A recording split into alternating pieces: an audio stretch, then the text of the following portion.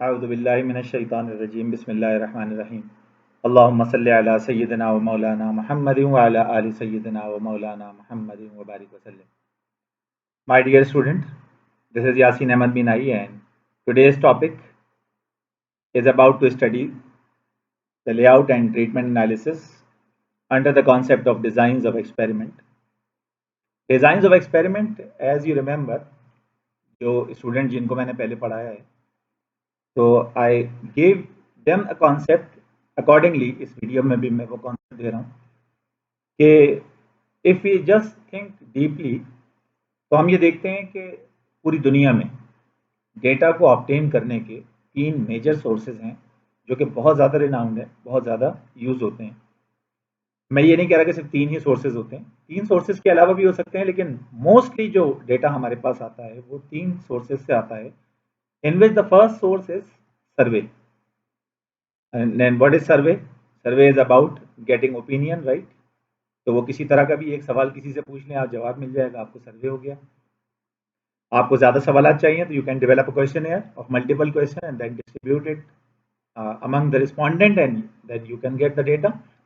और अगर यही डेटा पूरी कंट्री का हो, कलेक्ट हो, तो उसे उस अमल को सेंसस कहा जाता है। ये आप और हम सब अच्छी तरह से जानते हैं।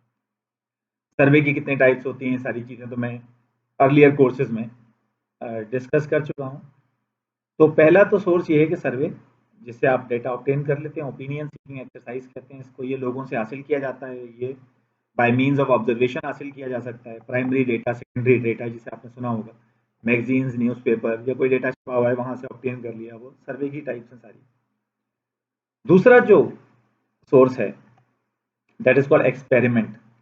ज़रूरी नहीं है डेटा जो है वो सोसाइटी से आए, डेटा तजुर्बात से भी मिलता है। रंग लाती है ये ना पत्थर पे पिस जाने के बाद, सुरखरू होता है इंसान ठोकरें खाने के बाद। क्यों डरें ज़िंदगी में क्या होगा, कुछ ना होगा तो तजुर्बा होगा। तो ये सारी बातें आपने सुनी होंगी। तजुर्बात वो होते हैं जो इंसान खुद हासिल करता है। और जो तीसरी सोर्स है दैट इज़ कॉल्ड सिमुलेशन। यकीनन वर्चुअल मीडियम में जाके हम अगर कोई काम करें, आजकल तो डिजिटलाइजेशन का दौर है सारा, तो इसमें आप देखेंगे without going towards the showroom one can get the information of a car. जो वो हासिल करना चाह रहा है, जो वो खरीदना चाह रहा है, उसकी पूरी specification bye means of simulation उसकी कंप्यूटर स्क्रीन पे आ जाती हैं। एंड जो मूवीज़ हैं इस वक्त आप देखते हैं, animated movies, these are the best example of simulation as well. Simulation और भी तरीकों में इस्तेमाल होती है, लेकिन मैं इस वक्त वहाँ पर to be very precise towards the concept of design of experiment, तो मैं आपसे जो बात करूँगा, ये जो हमारा टॉपिक है आज का, this topic is basically related to the second major source of the data. तो ये एक्सपेरिमेंटेशंस जो होती हैं, इनसे डेटा हासिल होता है और उस डेटा को हम एनालाइज करते हैं। और एक्सपेरिमेंट क्या होता है? It is an activity which is being conducted with in an isolated atmosphere. Control trials, clinical trials सुना होगा आपने। ये सारी एक्सपेरिमेंटेशन के तरीके हैं। 9th और 10th स्टैंडर्ड में भी, इफ़ यू डू रिमेंबर, तो आप लोगों को याद होगा कि आपने लेबॉर्ट्री के अंदर एक्सपेरिमेंट्स किए थे। तो वो एक्सपेरिमेंटल डेटा का एक तरीका कार था जो आपने ऑप्ट किया है। हैंडलिंग करते थे इंस्ट्रूमेंट्स की, तो डेटा आता था। डेटा की 3-4 रेप्लिकेशन करके आप डेटा हासिल कर लेते थे और फाइनल रिजल्ट तक पहुंचते थे। And let me quote one of the movie, जो कि हॉलीवुड की मूवी है, I am Legend, Will Smith की। अब जितने लोग जानते हैं, जिन्होंने वो मूवी देखी हुई है, वो एंडोर्स करेंगे मुझे कि वाकई वो मूवी ऐसी थी जो जिसके अंदर कहीं ना कहीं डिज़ाइन ऑफ एक्सपेरिमेंट का कॉन्सेप्ट यूज़ हुआ है। उसकी कहानी ये है कि पूरा जो न्यूयॉर्क शहर है वो म्यूटेट हो गया है एंड पीपल गॉट सिक, और उसको म्यूटेटेड हो गए वो। तो दिन में वो बाहर नहीं निकल सकते क्योंकि धूप उनकी स्किन को जलाती है, तो रात में निकलते हैं। वो उनको ताज़ा खून और गोश्त चाहिए होता है। और विल स्मिथ जो है वो उन्हीं के साथ रह रहा है और खामोशी से अपने बच्चों के साथ। साथ साथ उसने अपनी एक लैब बनाई हुई है अपने बेसमेंट में। वहाँ पर रैट्स उसने रखे हुए होते हैं और उन रैट्स को वो डिफरेंट ट्रीटमेंट्स दे रहा होता है। मैंने वर्ड ट्रीटमेंट यूज़ किया, एक और टर्म आई है इसी से related. Different treatment in terms of medicine दे रहा होता है और वो रोज़ाना उन्हें चेक करता है कि क्या वो म्यूटेट हुए हैं या वो म्यूटेट नहीं हुए। तो इसी तरह होते होते आखिर में उसे कोई कामयाबी मिल जाती है। मैं सब उस मूवी को तफसीलन डिस्कस नहीं करूँगा, लेकिन design of experiment, it is a field which is related to experimentation. Experimentations जो हैं उसके लिए जो सबसे पहली चीज़ है वो है डिज़ाइन लेआउट। अब डिज़ाइन लेआउट किस तरह से बनता है, किस तरह से हम लोग ट्रीटमेंट स्ट्रक्चर उसकी मदद से बनाते हैं, ये सारी चीज़ें समझने के लिए हमें थोड़ी बहुत मुझे कहानियों का और एग्जाम्पल्स का सहारा लेना पड़ेगा। डिज़ाइन लेआउट जो है बेसिकली वो मैकेनिज्म है कि जिसमें कोई भी शख्स जो है वो ये पता लगा सकता है कि कौन सा फैक्टर उसके पूरे लेआउट के अंदर डोमिनेंट है, जिसे स्टडी किया जा सकता है, जिसमें से कोई रिसर्च निकल सकती है और उसको बनाने का जो तरीका है उसमें ब्लॉक डिज़ाइंस और लेआउट, मैं इसको मज़ीद डिस्कस करूँगा, but let me tell you some important block designs and layout. Randomized data हासिल करना मकसद है बेसिकली। हमें ब्लॉक डिज़ाइंस हासिल जो हम बनाते हैं, जो लेआउट्स हम डिज़ाइन कर रहे होते हैं, वो इसलिए कर रहे होते हैं ताकि हम एक फील्ड सेट कर सकें और फिर हमें then we have to wait until the data will come up, और उसके बाद हम डेटा की ऑब्जर्वेशंस को गैदर करने के बाद ट्रीटमेंट प्लान पे जाते हैं। तो 3 टाइप के डिज़ाइंस हैं जो बहुत ज़्यादा यूज़ होते हैं, जिनमें से पहले टाइप का डिज़ाइन है सिंगल फैक्टर।